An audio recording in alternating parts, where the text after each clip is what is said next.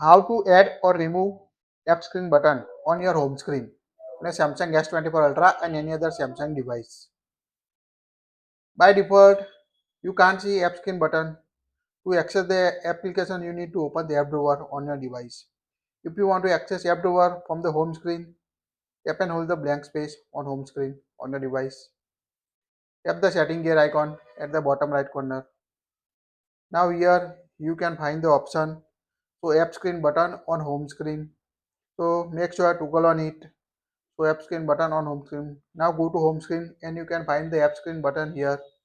Just tap on it to access the app drawer on your device. So it's quite easy to quickly access app drawer from the home screen on your device. If you don't want to access, again follow the same step. Go to settings, toggle up so app screen button on home screen, and you can see remove the app screen button.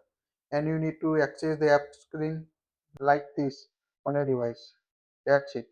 Like it, share it.